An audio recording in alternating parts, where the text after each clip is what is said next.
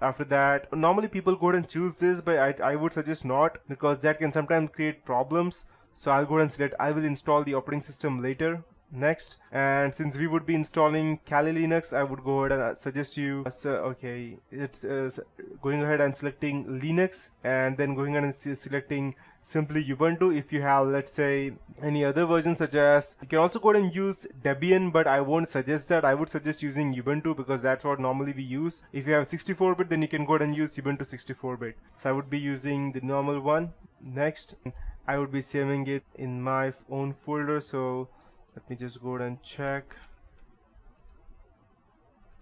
Okay, and over here I'll type, let's say, Kali,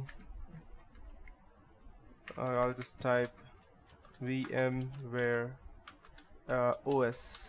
Perfect. And I'll name the virtual machine as, let's say, Kali Linux 32-bit. Perfect. And next, and I would suggest using 2 processors. That makes it a bit more fast, and 2 cores. Next, and 1 GB of RAM. That's what I would suggest using. Next, and make sure that you use the network address translation. If you don't use that, then you won't be able to communicate with any other virtual machine, not even with your own host machine. That's the reason. And just in case you don't know what host machine is, host is your actual computer, that's your physical computer, and this virtual computer is known as a guest machine. So use always network address translation, that's NAT connection, because if you use bridge networking, then the guest must have its own IP address on the external network, else it won't work. If you use host only, then it will only connect to the host network, and this, as it suggests, it's self-explanatory that do not use a network operating system networking connection. So we would be using NAT, since we need to go ahead and connect each and every other operating system we have. Click next.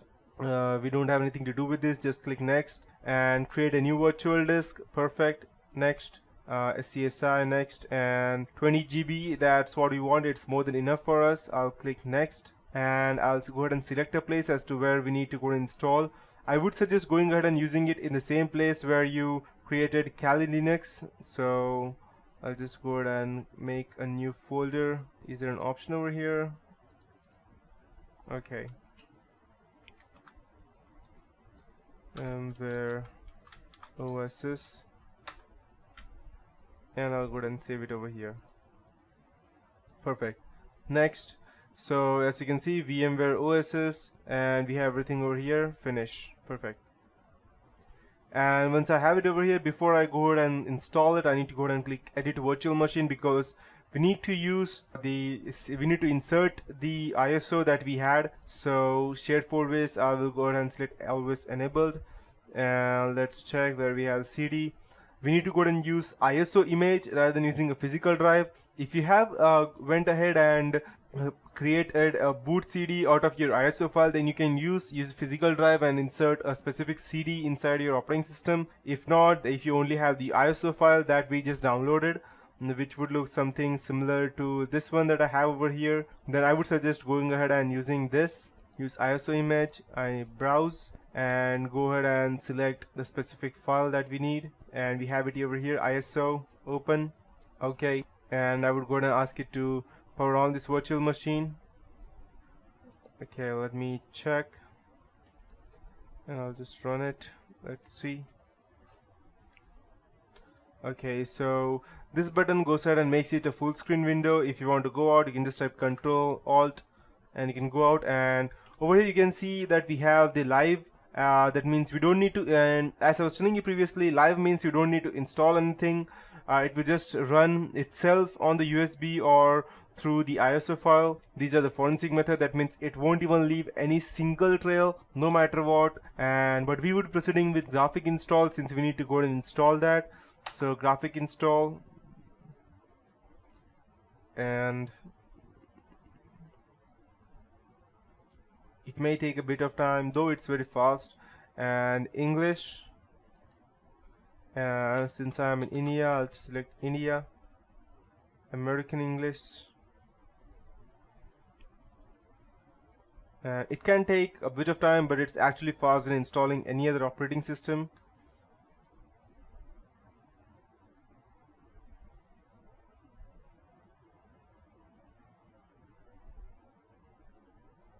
If you're installing this inside a physical computer rather than on a virtual machine, then you will have to do the same thing. Just install, insert your boot disk or your USB, whichever you have, and once you have installed that, once you have booted the PC, it will ask you to go ahead and the same thing that you're doing over here, graphic install. And let's see, the host name I would be using would be Kali_test.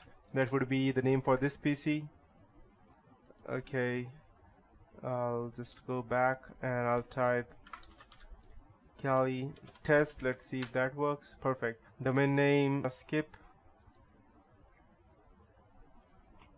and the root password, it's necessary that we have a root password, so I'll just type it.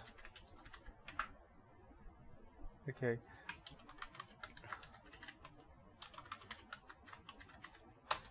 perfect.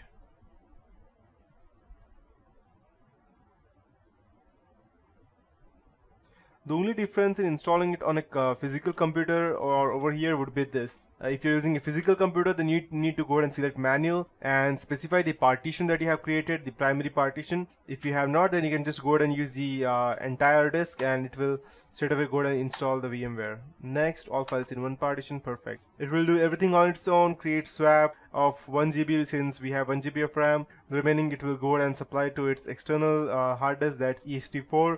Whereas Windows uses NTFS, it uses ext4. Select next, write changes yes. Perfect. So it will take quite a bit of time for it to go and install that. So I'll just go and pause it.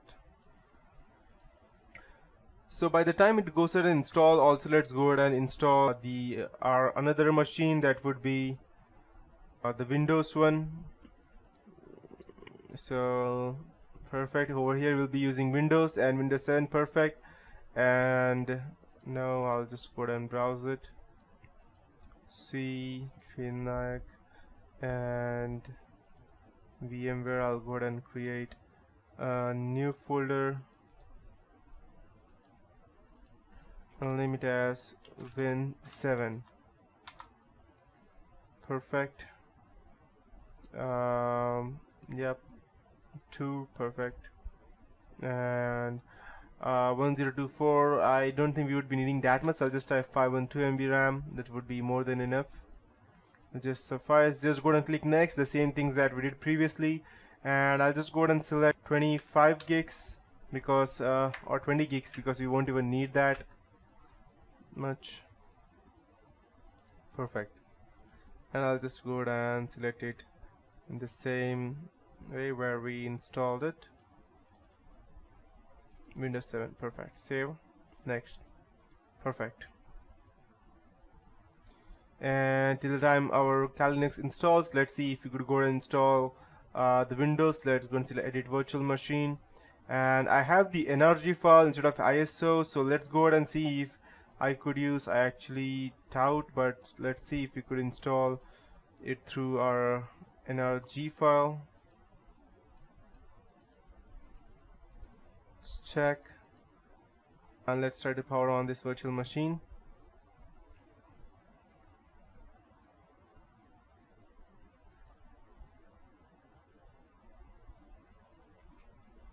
And by the time it gets started, let's wait. Okay, perfect, it's working. So I hope that you know how to install a Windows version. If you're not, then you can still go ahead and see this. If you know how to install, you can straight away skip to the next part, where I would go ahead and teach you how to install it on a Mac OS, and finally the live CD. So that is it for this tutorial. In the next tutorial, I'll be continuing with the installation of Windows version.